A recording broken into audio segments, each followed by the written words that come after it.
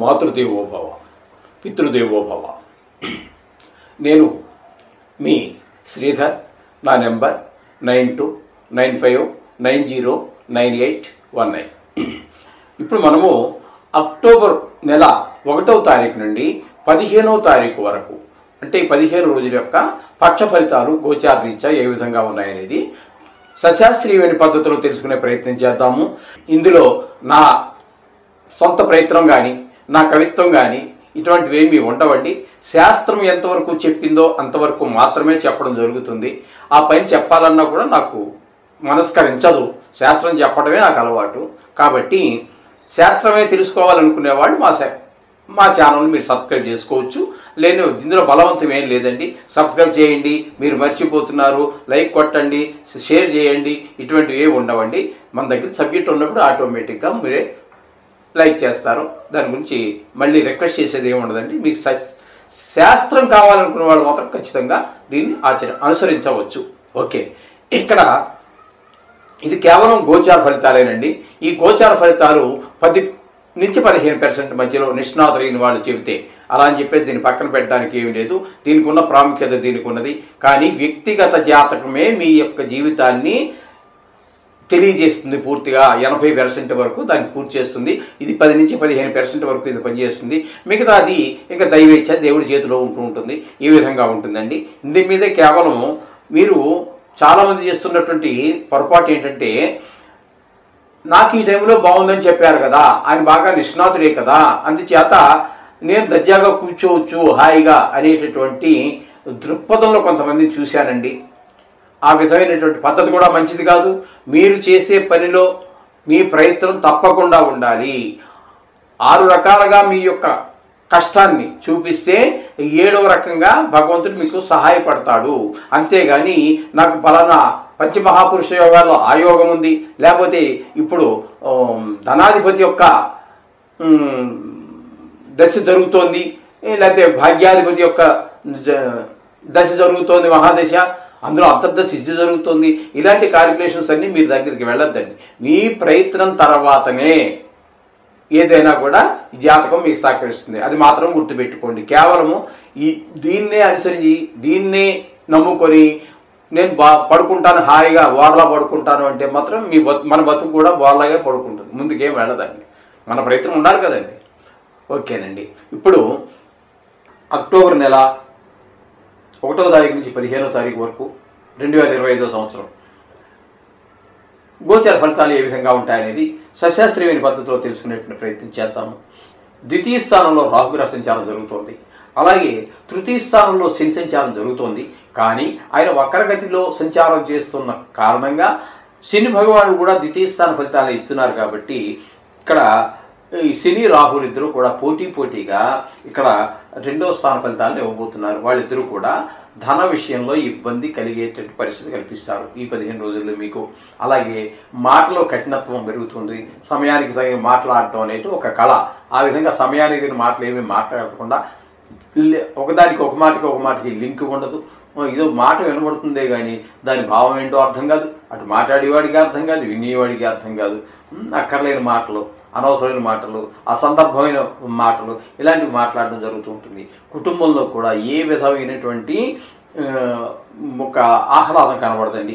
ఈ విధమైన ఫలితాలన్నీ శని రాహు ఇద్దరు కలిసి చేస్తూ ఉన్నారు. అలాగే ఇక్కడి నుంచి మనం తీసుకున్నట్టయితే 6వ స్థానంలో గురువు యొక్క సంచారం జరుగుతోందండి. 6వ స్థానంలో అంటే మిథున రాశిలో. ఇక్కడ 6వ స్థానంలో గురు సంచారం అనేటువంటిది శుభప్రదమైన ఫలితములను ఇవ్వజాలదు. అంటే ఏ విధమైన అశుభ ఫలితాలు ఏంటంటే కొంచెం ఆరోగ్య విషయంలో ఇబ్బందికరమైనటువంటి పరిస్థితులు తలెత్తే అవకాశం ఉంటుంది. మీరు ఎవరికైనా డబ్బులు ఇవ్వాల్సి ఉంటే ఇవ్వలేకపోతారు. వారు ఏదో కొంచెం రూడ్గా అంటే కష్టంగా మాట్లాడే అవకాశం ఉంటుంది. లేదా మీరు అప్పు కోసం ప్రయత్నం చేస్తున్నారు, అక్కడ మీకు అప్పు కూడా పుట్టక చాలా ఇబ్బంది పడాల్సినటువంటి పరిస్థితులన్నీ కూడా ఇక్కడ 6వ స్థానంలో గురువు యొక్క సంచారం వల్ల కలుగుతూ ఉన్నదండి. కొంచెం చెడ్డ పేరు కూడా వస్తుంది. ఇకపోతే 8వ స్థానంలో 8వ స్థానము 9వ స్థానము 2 స్థానాల్లో శుక్రగ్రహం యొక్క సంచారం జరుగుతోంది. 2 స్థానాలలోనూ కూడా శుక్రగ్రహము అనుకూలమైన ఫలితాలనే ఇస్తూ ఉన్నది. 8వ స్థానంలో ఉన్నప్పుడు ఆయుష్ బాగుంటుంది. అలాగే భార్య విషయంలో కూడా బాగుంటుంది, పెద్ద కష్టాలు అయితే ఏమీ రావు, ధన నష్టం అయితే జరగదు, పరాభవాలు అశుభాలు ఏమీ జరగవు. ఇవన్నీ 8వ స్థానంలో ఉన్నప్పుడు జరుగుతూ ఉంటాయి. ఇక భాగ్యస్థానంలో ఒక 6 రోజుల పాటు సంచారం చేస్తున్నారు. అక్కడ తండ్రి గారి ఆరోగ్యం బాగుంటుంది, గుళ్ళు గోపురాలు తిరగలుగుతారు, దైవభక్తి నిలుస్తుంది. మీరు అనుకోకుండా కూడా ఏదో ఒక గుడికి వెళ్ళే అవకాశం లేకపోలేదు. ఈ విధమైన పరిస్థితులన్నీ కూడా 9వ స్థానంలో శుక్రగ్రహ సంచారం వల్ల జరుగుతుంది. మొత్తంగా చెప్పాలి అన్నట్టయితే మీకు ఇక్కడ శుక్రగ్రహ సంచారం పూర్తిగా 15 రోజులు అనుకూలంగానే ఉన్నది. కాబట్టి టీవీ రంగంలో ఉన్నటువంటి వారికి, షేర్ మార్కెట్లో ఉన్నటువంటి వారికి, సినిమా రంగం, టీవీ రంగం ఇట్లాంటి వాటిలో ఉన్నటువంటి కళాకారులందరికీ కూడా మంచి అవకాశాన్ని శుక్ర భగవానుడు కల్పిస్తూ ఉన్నాడు. అలాగే 8వ స్థానంలో కేతు గ్రహ సంచారం జరుగుతోందండి. ఇది మాత్రం కొంచెం ఇబ్బందికరమైనటువంటి పరిస్థితులే ఉంటాయి. కొంతమంది రాజదండనకి రాజదండనకి అర్హులై ఉంటారు. కొంతమందికి ప్రాణం పోవచ్చు, కొంతమందికి భార్య నష్టం జరగవచ్చు, పెద్ద దుఃఖం కలగవచ్చు, అలాగే హఠాత్తుగా ధన నష్టం జరగవచ్చు, కలహాలు రావచ్చు, అవమానాలు పొందవచ్చు, పరాభవాలు జరగవచ్చు. ఇటువంటివన్నీ కూడా కేతుగ్రహం 8వ స్థాన సంచారంలో మనకి కలిగేటువంటి అంటే మకర రాశి వారికి ఈ విధమైన ఫలితాలన్నీ వచ్చేటువంటి అవకాశం ఉన్నది. ఇకపోతే భాగ్యస్థానంలో రవి యొక్క సంచారం జరుగుతోందండి. రవి యొక్క సంచారం భాగ్యస్థానంలో శుభ ఫలితాలు ఇవ్వజాలదు. తండ్రి గారి యొక్క ఆరోగ్య విషయంలో కొంచెం ఇబ్బందికరమైన పరిస్థితులు ఉంటాయి. వాహన సౌఖ్యం, దైవభక్తి ఇటువంటి విషయాల్లో కూడా కొంచెం దూరంగా ఉండే అవకాశం ఉంటుంది. ఇకపోతే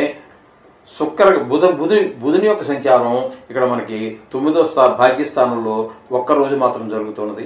ఆ ఒక్కరోజు మనకు అనుకూలమైన ఫలితాలు ఉండవు. కానీ ఇక్కడ మనకి 10వ స్థానంలో బుధుని యొక్క సంచారం 14 రోజుల పాటు జరుగుతోంది.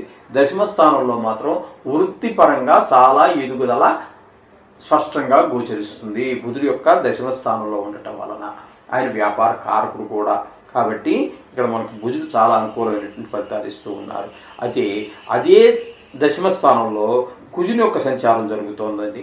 ఇక్కడ మనం బుధుడి గురించి ఏమైతే చెప్పుకున్నామో పూర్తిగా తద్భిన్నమైనటువంటి ఫలితాలని వ్యాపార పరంగా ముందుకు జరగకుండా ఆయన చూస్తూ ఉంటాడు. పెద్దగా లాభాలు రాకుండా ఆయన ప్రయత్నం ఆయన చేస్తూ ఉంటాడు.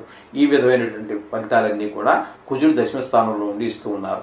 ఈ విధమైన ఫలితాలు మొత్తంగా చెప్పుకోవాలి అన్నట్టయితే ఒక శుక్రగ్రహం తప్పితే పెద్ద బుధుడు పర్వాలేదు, అంతవరకు మాత్రం మనం చెప్పుకోవచ్చు.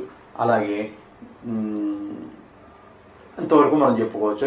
మిగతా గ్రహాల యొక్క ప్రతికూలత ఎక్కువగా ఉంది కాబట్టి కొంచెం ధనాన్ని ఖర్చు పెట్టేటప్పుడు, అలాగే మాట్లాడేటప్పుడు ఈ ఆచితూచి మాట్లాడి ఆచితూచి రూపాయి ఖర్చు పెడితే చాలా మంచిది.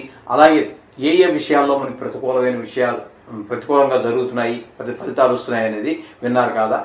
ఆ విషయాల్లో జాగ్రత్త తీసుకుంటూనే ఆ భగవంతుడి దగ్గర 2 నుంచి 5 నిమిషాల పాటు ఈ నవగ్రహాలకు సంబంధించినటువంటిది మీకు ఏది వస్తే అది చేసుకున్నట్టయితే మీకు తప్పకుండా ఈ చిన్న గండాల నుంచి బయటపడతారు. తప్పకుండా శుభం భూయాత్.